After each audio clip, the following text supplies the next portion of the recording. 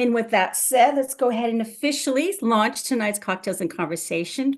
With us, we have Renee Thomas. She is the Associate Vice Provost for Diversity, Inclusion, and Belonging at Purdue. She implements the goals of Purdue's Equity Task Force, focusing on the undergraduate student experience. She also provides leadership and strategic coordination for diversity, inclusion, and belonging initiatives at Purdue University in Indianapolis. Tonight, Mrs. Thomas will discuss maximizing student potential, celebrating Martin Luther King Jr., and creating a sense of community and belonging for everyone. With that said, I usually go to some fun facts about Renee, but I will let her do the talking on these next couple of slides. Next slide, please. So welcome, Renee. Thank you so much for being our featured speaker for tonight's Cocktails and Conversation. If everybody wants to give a virtual clap, go for it on the reaction bar there. I encourage you to do so. Well, let me So welcome, begin by Renee. saying I am beyond excited to be here. I also want to pause to recognize Maria. She is very shy about it, but she was recently promoted to a new position at Purdue. When she introduced herself, she didn't give her new title. So I want to say congratulations to her and all the wonderful work that she's doing with the affinity networks and particularly with the Women's Network here. So it is a joy to be here. I was sharing earlier, even though I've been through COVID, I am still not as technically savvy as what I should be. So I did not see all the participants, but I did see some of them. Then I was like, oh my gosh, she's here, she's here. So it's exciting to see so many friends and alumni on the call this evening. I wanted to start out with this slide first. This is actually a slide from an event that we do every spring semester in which we honor our African-American graduates, and we call it the Donning of the Kente celebration. And kente is a fabric that is woven in West Africa, and typically there are some Adinkra symbols on it, and you'll see the students are draped in their kente stoles, and this is why I do what I do. It's about student success, providing opportunities for students to come to Purdue. Many of them come to Purdue with some very large hopes, dreams, and aspirations. And it's always my favorite time of the year whenever we are able to acknowledge their success at graduation time. Some of them, it may have taken 4 years, some maybe 5 or 6 years, but this is an event in which we celebrate our graduates. The next slide that I wanted to share with you all, this is actually a photograph from the Crispus Attucks Museum in Indianapolis. And my responsibilities have shifted a little bit recently, and that I am very much engaged with the community down in Indianapolis, in which we are launching our first urban campus this fall, Purdue in Indianapolis. And one of the things that I wanted to do is to learn more about the community. And the Crispus Attucks Museum is a jewel that is located in Indianapolis. If you have not been there, I would encourage you to do so.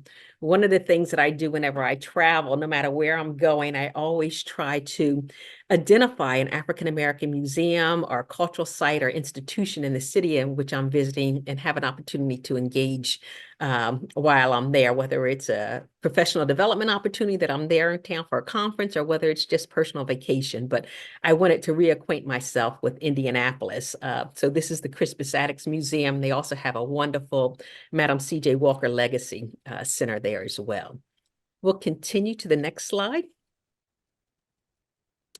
This is my family. I am a 9th generation descendant of Benjamin and Edith Spalding. North Carolina is our home state, and every 2 years we do a family reunion.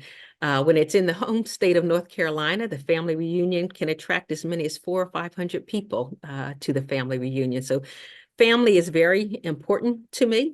We actually run our family reunion like a conference. There are breakout sessions, there are fun activities that we do, and we just have a wonderful time. And it's a great way for our cousins and family to get to know each other, because some of them may be in California, some of them may be in New Jersey, but we do come together on a biannual basis every 2 years. Next slide, in terms of fun facts. This is something that I experienced last year. I made a commitment to do something that I've never done before. I always, each month I challenge myself. What have you not done before that you would like to do, or create an opportunity? This was actually an opportunity to skin an alligator. Yes, I can claim that I have skinned an alligator.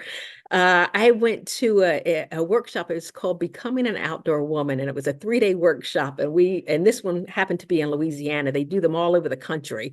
This one was in Louisiana. We skinned the alligator. Yes, we did cook the alligator outside on a grill. We grilled it and had an opportunity to have alligator meat and a crawfish boil. So that was something that I had never, ever done in my life before, is skin an alligator.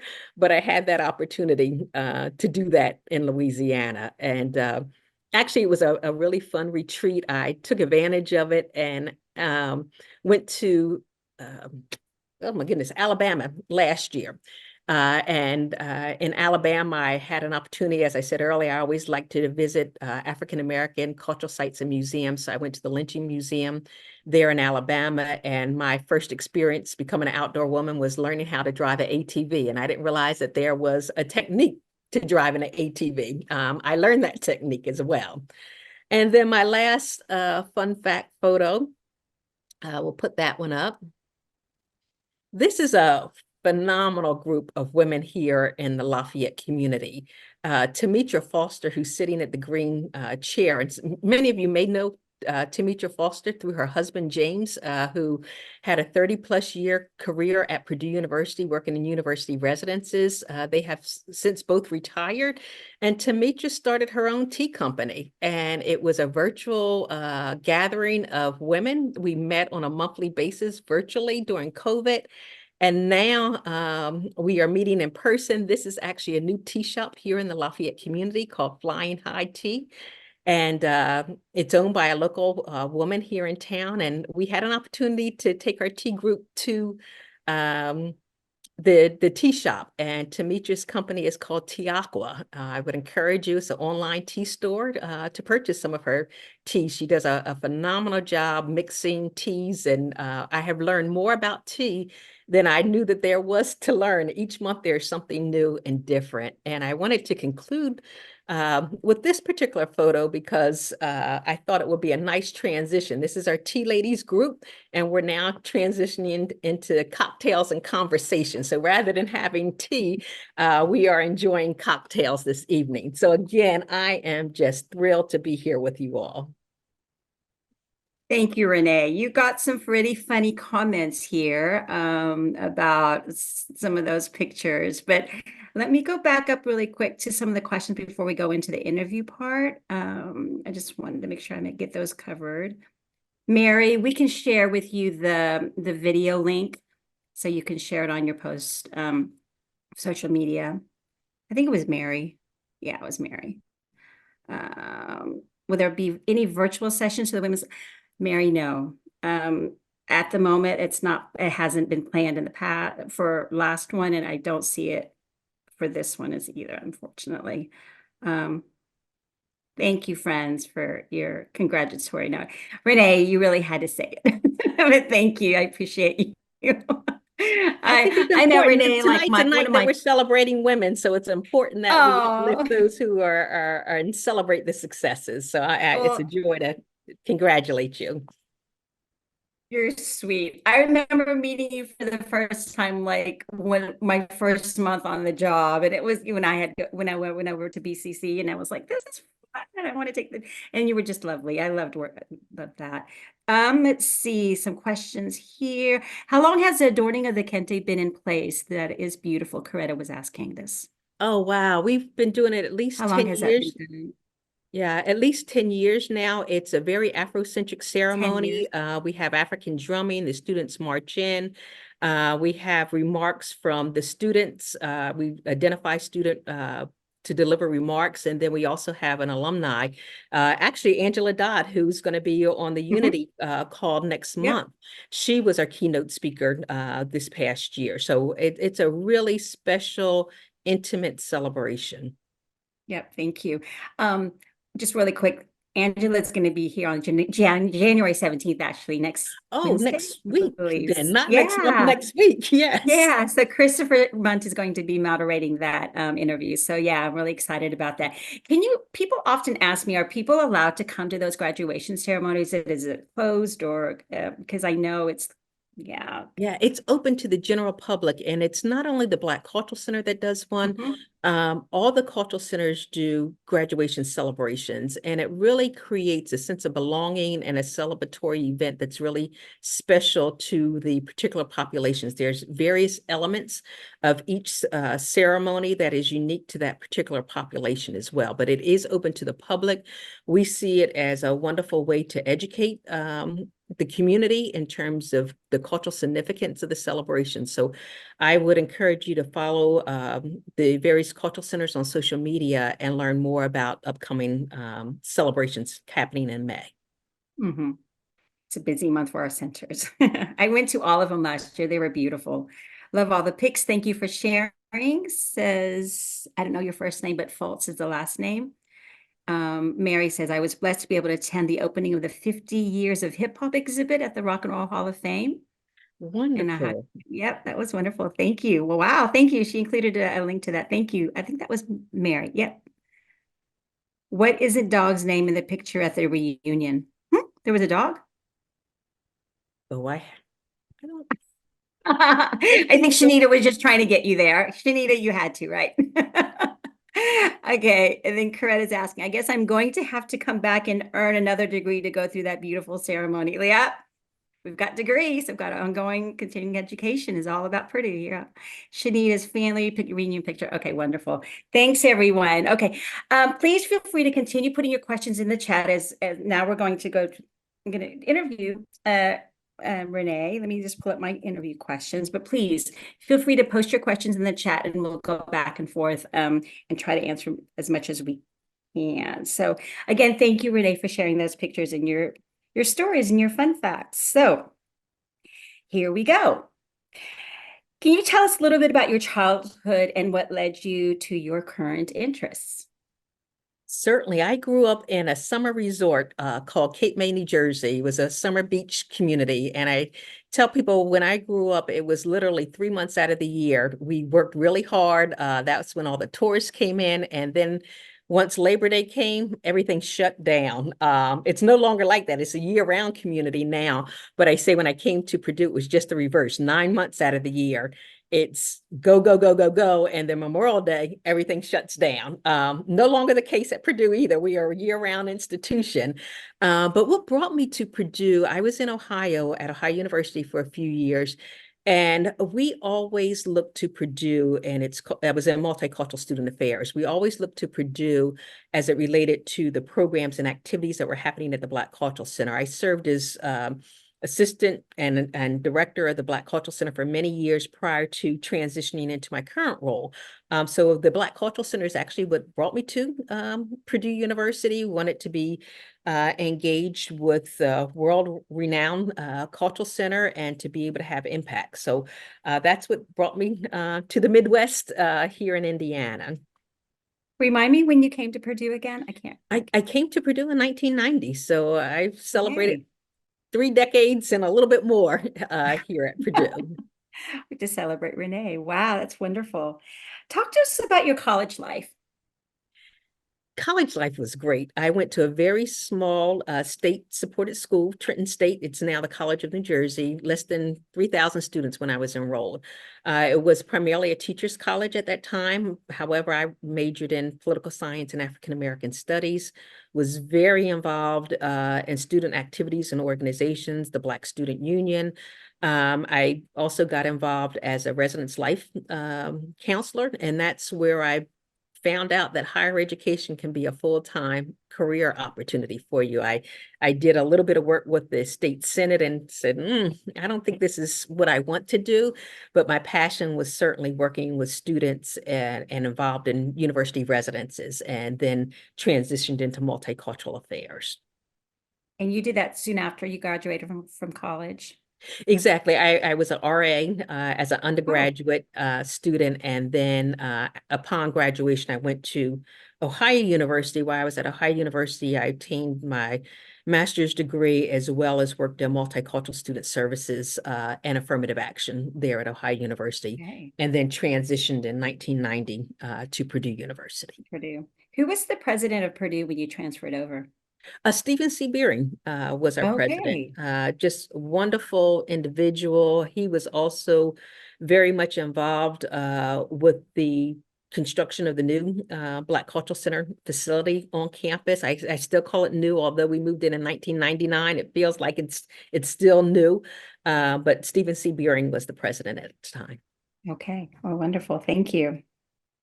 Um, let's go ahead and go into what your current work right now. Can you just share the day in life of Renee Thomas over there Yeah, at, every yeah, where are you working? People always ask me, where's her office? And so, yeah. Yes, every day is a different day. Yeah. My office is, I have two offices now.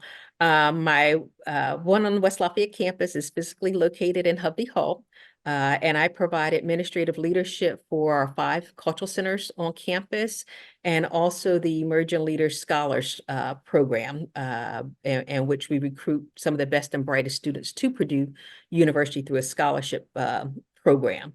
My duties and responsibilities have recently expanded with the announcement last year of Purdue in Indianapolis. It's our first urban campus that is coming on board, and we will officially launch in fall of 2024. So we are gearing up and working very aggressively and robustly to ensure the success of the transition of those students who will be coming from IUPUI over to Purdue University, and also talking about the build out of the community. So I also have office space down in Indianapolis now.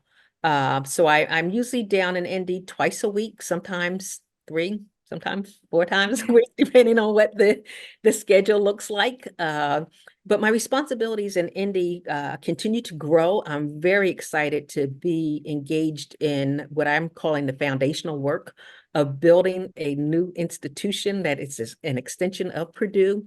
I have what I call 3 focus areas that I'm working with in Indianapolis. The first one is community engagement. I am very much committed to making sure that we honor the past legacy that existed in the community in which Purdue is expanding into, which IUPUI currently exists there. For those of you who may be from Indiana, we have a unbelievably rich and powerful story of the African American experience there on Indiana Avenue. Not only in terms of Madam C.J. Walker, who was the first African American and first woman, female millionaire. She made her money through selling hair care products for African American women. She had her plant there, as well as a school there on Indiana Avenue. Indiana Avenue was also a hub of jazz life in the 1930s and 40s, 50s. So let me back up. I'm just going on and on because I'm so excited about everything that's happening. But community relations is one of the areas, and making sure that we pay appropriate honor and recognition to the historical context that exists there on Indiana Avenue. And then also with this community engagement, as you know, Purdue University students are very committed to student service and learning opportunities, and making sure that we create opportunities to support African American entities that have outreach efforts. So it might be a community garden, it may be an after-school program. So some of those things providing opportunities for our students to provide service to the community. Community engagement is one. The other bucket that I talk about is K through 12 outreach efforts. As part of the equity task force, a large portion of that is to increase the number of students of color at Purdue University. And I have a particular focus and passion on our Black Boilermakers in particular. And we know that there are some pipeline issues. We need to make sure that we are preparing our students to be competitive applicants to gain admission to Purdue University, and not only gain admission, but more importantly, to provide the support services to ensure that they graduate from Purdue University. So K through 12 initiatives, working with some summer camp activities, making sure that we have students engaged in our summer camp activities, working with staff and faculty in the school systems to ensure that they are ready academically for the rigor of Purdue University. And then the other area is what we call our teach out students. Those are the students who are currently IUPUI students that will be coming to the Purdue system, making sure that our multicultural students in particular don't fall between the cracks with that transition. And there's lots of small details relative to the transition, whether it's scholarship aid, whether it's residence hall assignments, whether it's making sure that their mental health services are available. And to be quite honest, it's almost like providing concierge service to our students to ensure that they will be successful. So those are the three areas: community service, K through 12 outreach, and our teach out students in terms of multicultural student life on campus. That's exciting. Community service, K through 12, teach out. Where was it? Did you come up with those three goals for those areas? Is that also being done here on West Lafayette, or is that just the goal initiatives for Indy? No, Purdue and Indianapolis, we like to call it as it's not a regional campus, it's an extension of Purdue. Okay. So with that extension, what we provide on the West Lafayette campus, we will be providing Okay. in the Indianapolis campus. So I mentioned earlier, our emerging leaders, scholars.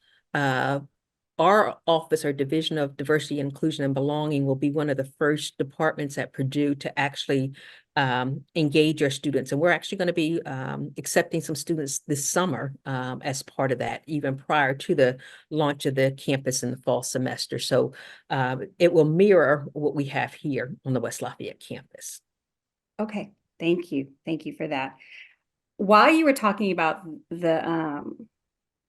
the numbers, people often ask me about the numbers of Black students that we have. Do you have that top of mind of what those numbers look like right now for the Yes, different on the groups? West Lafayette campus, and my numbers are going to be a little bit off, but I'll just do some That's general numbers. Mhm. We had over 73,000 applications to Purdue University last year, more than 73,000 applications to Purdue. Out of those 73,000 applications, about 2,600 were African American students. Out of those 2,600 that applied to Purdue, about 50% came to Purdue. Excuse me, 50% were admitted to Purdue. And then we have what's called yield. Students are admitted, but they don't always say yes to Purdue. So we had just under 250 Black students enrolled last year. So we have overall about 1,300 Black students at Purdue West Lafayette campus. So there is tremendous opportunity to grow those numbers of African-American students at Purdue. So if you think about Purdue, 50,000 students strong plus less than 1,500 African-American students. So it's a very small, intimate community, but one that contributes significantly to the success of Purdue. Absolutely, absolutely. And how have those numbers changed since you've been here at Purdue?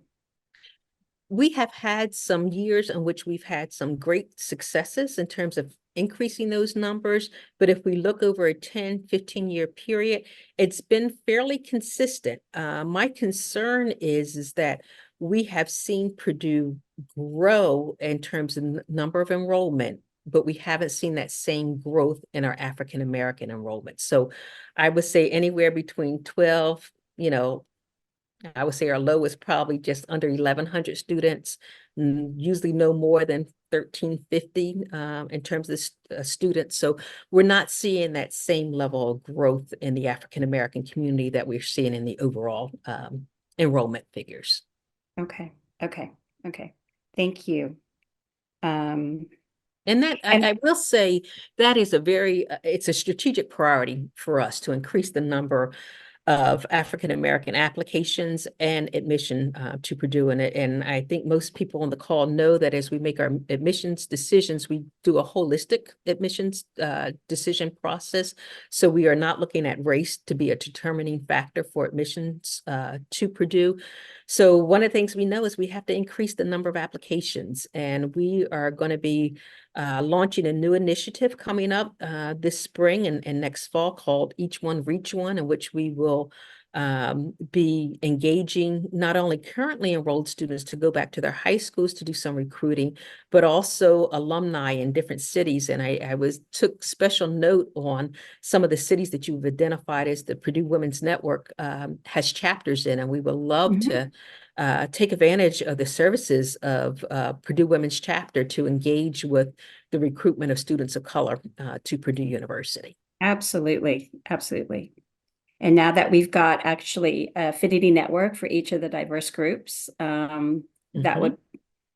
we should work together as we have been, I think. Well, wonderful. Thank you. We have a lot of questions and comments in the chat, but let me go ahead and ask this one question before I go to those questions is, can you talk to us on how the university is maximizing student potential, celebrating Martin Luther King Jr., and creating a sense of community and belonging for everyone? I know you've touched a bit on both of those, but could you expand a little bit more?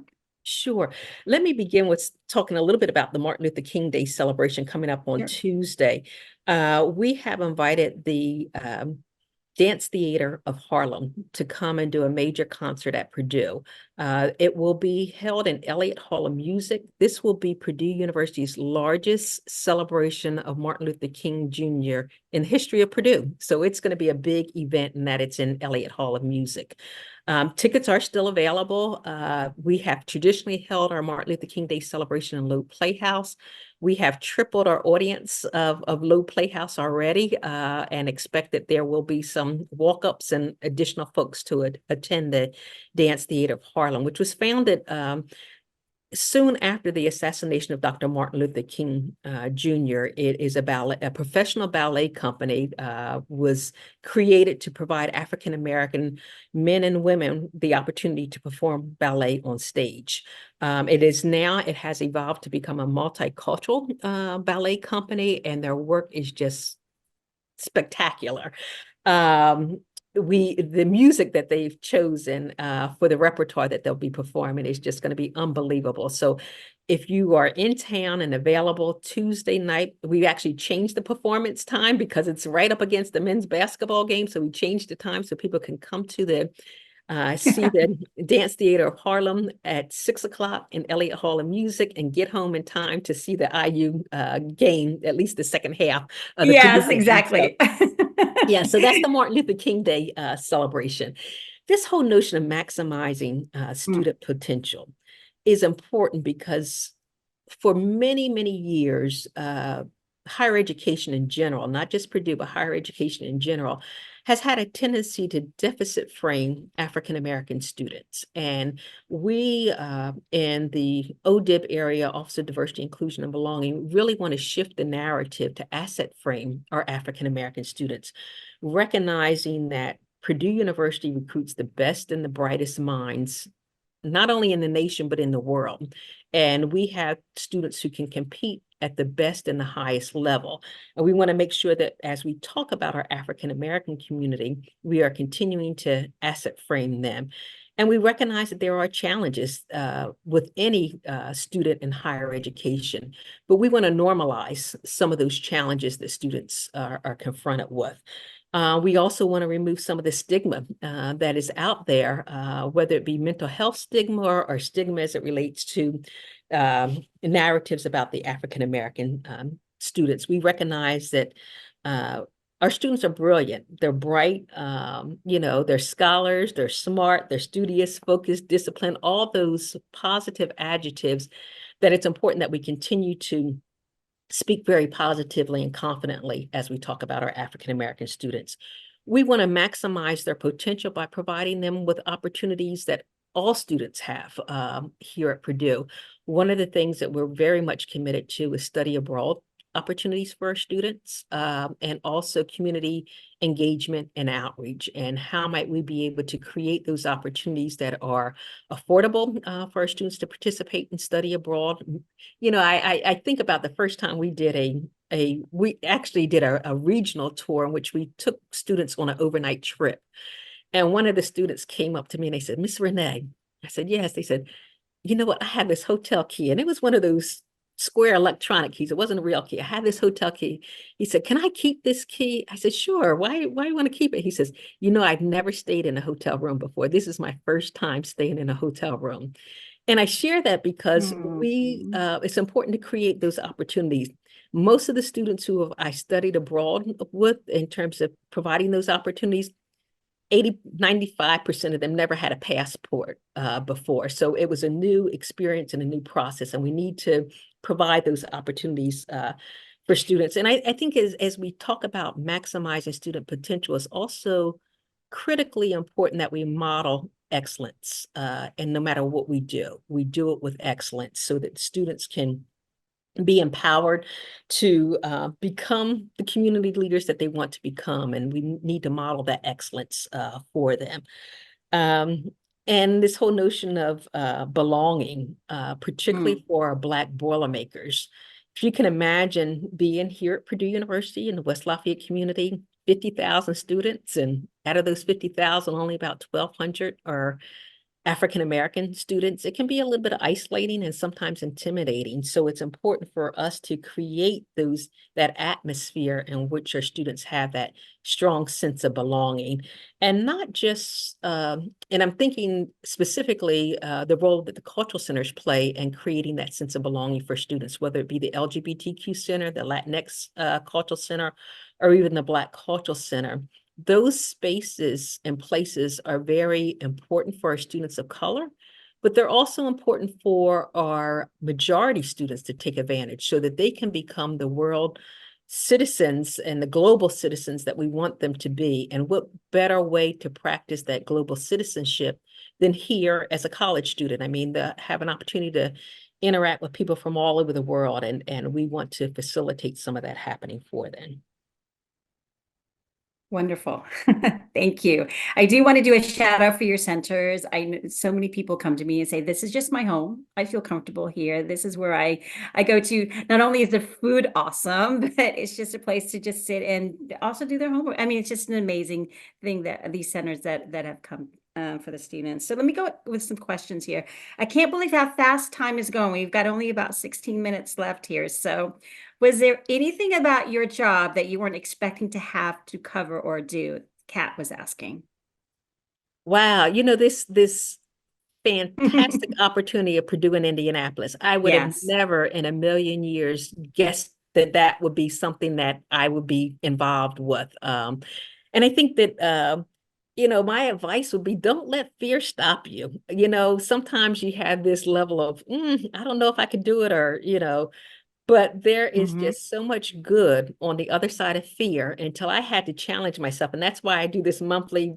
You're going to do one thing that you've never done before in your life this month. And I mean, it can be something as, I did zip lining. I rode a horse before.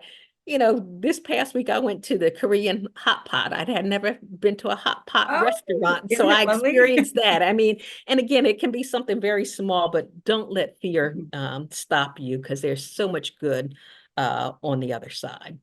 Wonderful. Thank you. Absolutely agree on that one. Do you have any advice for someone wanting to work in higher education? My advice would be to be a sponge, to just Mm. absorb as much as you can, whether it's through reading, whether it's through mentorship, whether it's through conversations. But higher education is a wonderful career path, and I would encourage everyone to consider that as well. But to be bold and step out there and explore the many opportunities, because there are just so many, whether it's research, or whether Yeah. it's student affairs, or whether it's fundraising, philanthropy. I mean, there's so many different areas, business, project management, so many different areas to get involved in. And I'm hiring. I need an assistant director. I'm just going to do a shout out there if you know anyone. Love to hear about. I'd love to hear from you. Mary wants to know, I'd like to know your interaction, Renee, your interactions with the School of Business. Yeah, I'll give a shout out to Darren Henry and the Business Yeah. Opportunities Program. We're working very closely with one another, particularly as it relates to recruitment initiatives, and then also even the College of Engineering.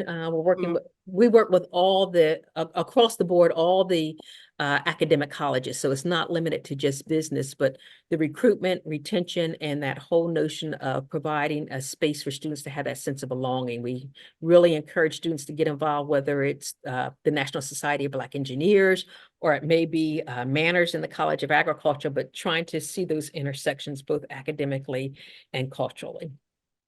And thank you. And can you say something to economic diversity? I'm sorry, say that again. On economic diversity. I'm not sure I understand with the question. regards to diversity today. Oh, yes. I'm sorry. That's I was like, okay. economic diversity. Yes, Yes. a couple of things that I'm thinking about. One is our first generation students, rural communities, students who may not, and that's the beauty of Purdue University, is that we have held our tuition for the last 10 years. So we are providing educational opportunities for some individuals who may not have been able to afford to go to college. Purdue University is a very affordable option. We work very closely with the 21st Century Scholars Program, which is low-income students, to ensure that they have not only the financial support, but also many of them are first-generation college students. And first-generation college students don't have their parents to help guide them to be successful sometimes because they haven't had that higher education experience. So making sure that we provide that necessary support for them to thrive here at Purdue. Absolutely. You've gotten a lot of compliments and thank yous for all the work that you're doing here on the chat. But I think Wendy Baker, she was one of our keynote speakers at the Women's Conference. I think she stated it well. She said, fantastic to see you engaging alumni to support recruiting outreach to increase applications among African Americans. So thanks, Wendy, for that. Oh my God, that is fantastic. They are amazing. I hope it was recorded. I'm not sure what Mary you're referring to, but oh, I know about Harlem, right? I think about that show coming up. This fan is sharing this link for now, Dance Theater of Harlem. That's Mary. Okay. How is your office reassuring our undergraduate students who identify as Black that Purdue is still a belonging institution in this challenging USA climate of banning books, etc.? Yeah. Who said that? Faye. Hi, Faye. Hello, Faye. Good to Hi, see you. Faye. Yep. Yeah, I think that it's important that students be their authentic self, regardless of who they are or what they bring to the table. To come to the table with authenticity is extremely important. And I have found that whenever students are authentic, the institution tends to value them. We did an appreciative inquiry through our office last year, and it was to hear from not only students, but also alumni and friends, what are the things that they love about Purdue so that we could elevate those and promote those in a way in which it's interesting because as I work with alumni, I have found that there are two different generations of alumni, and that some of the alumni, if they're, 60s, 70s graduates, they have a bitterness to Purdue that they have to get over before they can re-engage. I'm finding that our current alumni have found that through various resources, whether it be the cultural centers, whether it be the student organizations, is that they have created that sense of belonging and that sense of community. And we don't have that same barrier in terms of their personal experiences, and that they embrace the environment that they are existing in.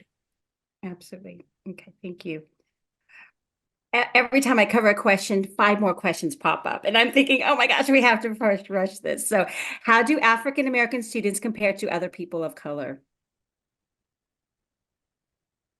Compare in what way? I guess she wants maybe numbers. Maybe I think, Mary, is that what you're asking? The numbers, we have 1,300 Black students, and then I guess the other like the Asian LGBTQ, those, do you have those numbers in mind? Not offhand, I don't. I know that the Latinx community is larger than the African Latinx, sorry, American yeah. community. And then our international, of course, Purdue University is world-class institution. We have, I want to say, about 7,000 international students here Okay, at Purdue. We don't have a systematic way to identify our LGBTQ community. So we know that some statistics say about 8 to 10% identify as okay, LGBTQ plus okay, community. okay. I know that wasn't, okay, thank you. We Lafayette students, how do we encourage them to attend Purdue? I love volunteering with K to 12 students. Are there any ways as an undergrad student I can, oh, we've got an hi, Jasmine. Okay, I see. Yes, How can I, Jazz. we all know Jasmine. How can I engage with local Lafayette students to encourage them to attend Purdue? Awesome. We are going to be launching, like I said, the Each One Reach One, in Oh, which that's, we're mhm. encouraging students to go back to their high schools during spring break. We're putting that together as I speak. The plane is flying and we're putting it together. So there will be some information coming out about that. And then we're also looking at those cities in which we know that we have historically had larger numbers of African American students coming from and targeting those as well. So more to come on More to that. It come. literally is something that's in the works.